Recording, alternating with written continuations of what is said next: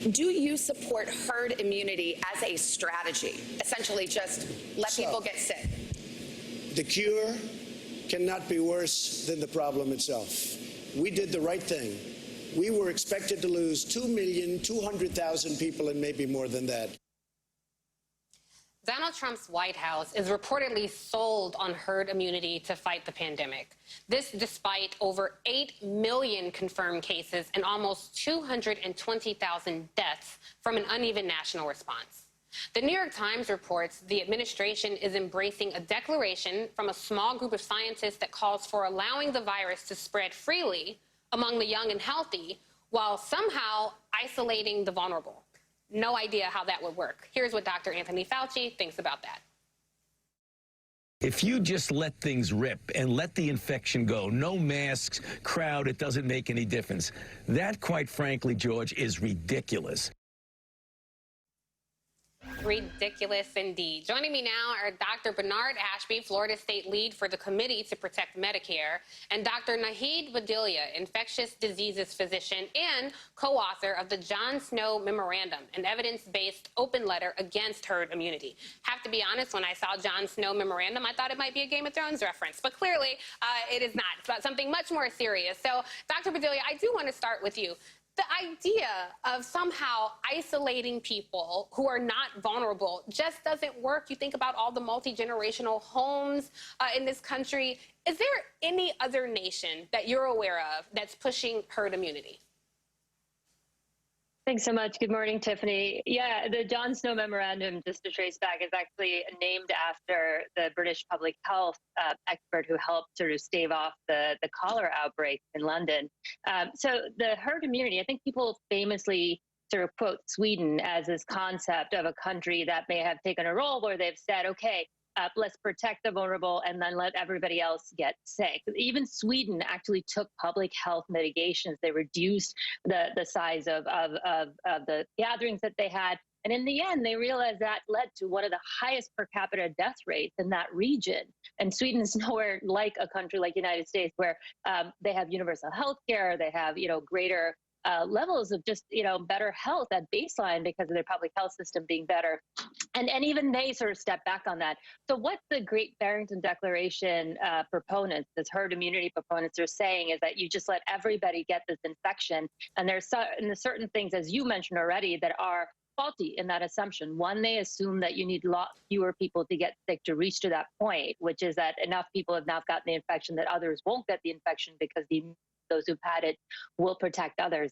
There's no science that supports that we're anywhere close to that. To get to that, you would have to have so many people get sick on the road to it that it would overwhelm our healthcare system. And as you said, since 30% of our country could be considered vulnerable, there is no way to rip apart those families, those workplaces. And in the end, it's a recipe for basically overwhelming the healthcare system and basically affecting everybody else's health around us. It's a recipe for worsening the disaster that is the U.S. response that we already see. So, as I understand it, leading experts say when you push something like herd immunity, that means 85 to 90% of the population has gotten the disease. We're still below 20% in the United States, thankfully.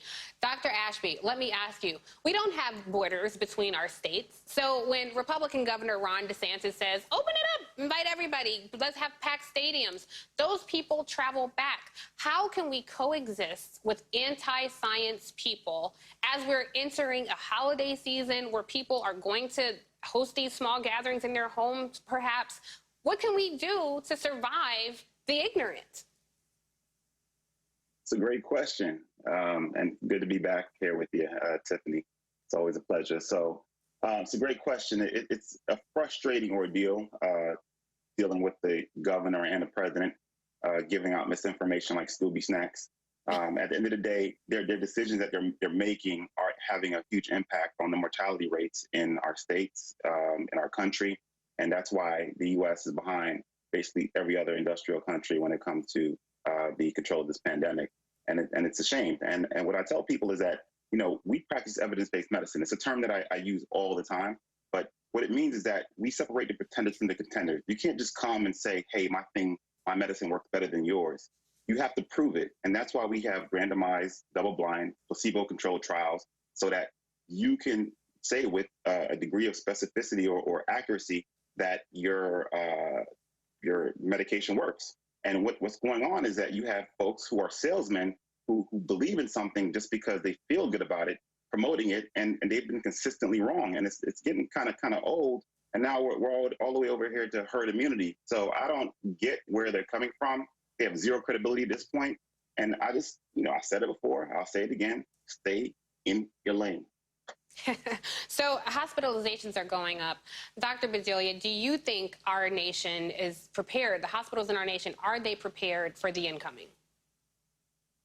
Well, Tiffany, one of the things that you'll hear others say around the country, including, here in Northeast, is that we're better off than when we were because we have a bit more warning. But, there isn't a single hospital yet that I know of that doesn't reuse N95 masks.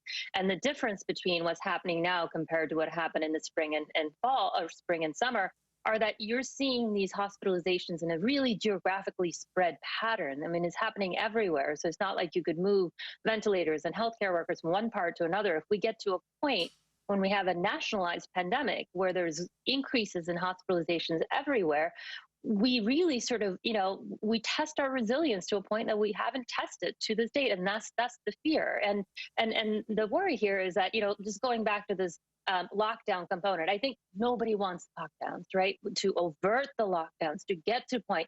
The reason you have lockdowns is because your healthcare systems have become overwhelmed, because your hospitals have become overwhelmed. To not get there, we need to do exactly the kind of things that we've been saying along, which is masking, testing, physical distancing. And this administration has sown nothing but confusion on that unified path to keeping us from getting to those lockdowns.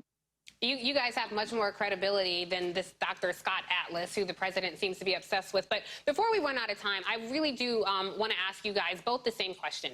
We're entering the holiday season. A lot of my friends who are parents are concerned. What should they do about Halloween? Do they let the kids trick or treat? Do they celebrate Thanksgiving with their families? What is your advice to families as we enter this holiday season? How can they safely celebrate? Should they cancel all their plans? Dr. Ashby, I'll start with you.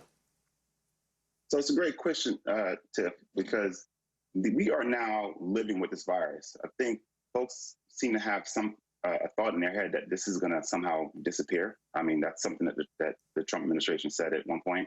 It's not going anywhere. Even when the vaccines come out, this virus is not going anywhere. The coronavirus, the SARS-CoV-2 virus, is here to stay. So we need to learn how to live with it. And in doing so, we need to, accommodate our lives accordingly. Outside is, so a couple of things. Outside is better, right? If you're outside, you're less likely to get infected with the virus. Keep your hands clean. If you're inside, wear a mask. Make sure that place is well ventilated.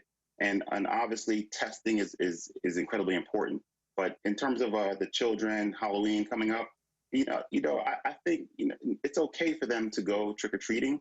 Just, obviously do not go in anyone's homes. I mean, that was a recommendation before the virus, but that goes without saying. But keep your hands clean.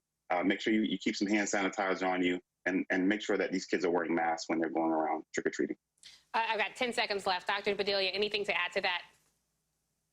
Yeah, it's, as Dr. Ashby said, I think the trick-or-treating, as long as you mask and you're outdoors and reducing the crowd size, it could be made safer. I think with Thanksgiving and that travel, really, it's a risk-based thing. How vulnerable are the folks in your family? You may want to do that small dinner this year and maybe make it up next year so everybody can stay safe. All right. Thank you so much to both of you guys, the ever-charming Dr. Ashby and the brilliant Dr. Bedelia. I'm so happy when we have these panels with you. I always feel smarter afterwards. So thank you both.